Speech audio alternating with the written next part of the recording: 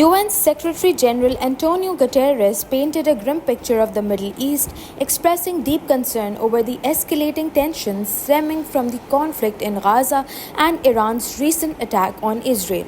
He addressed the Security Council, highlighting the precariousness of the situation, stating that the region stands on the brink of a full-scale regional conflict. Guterres emphasized the urgent need for all parties involved to exercise maximum restraint, cautioning that a single miscalculation or mistake could have catastrophic consequences.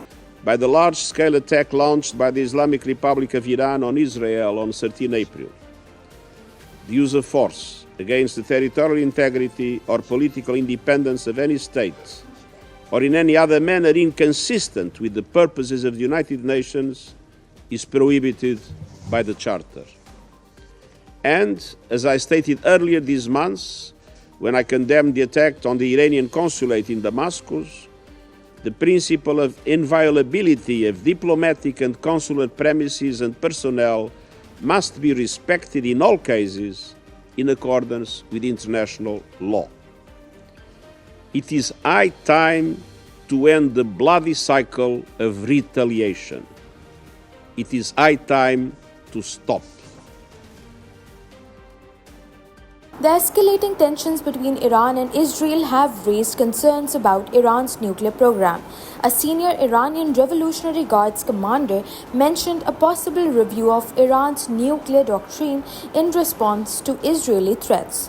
Iran's Supreme Leader Ayatollah Ali Khamenei holds the final decision on the nuclear program, which the West suspects has military purposes. Talks to revive the 2015 nuclear pact between Iran and the US have stalled since 2022. Meanwhile, the US and UK have announced sweeping sanctions on Iran's military drone program in response to recent attacks on Israel.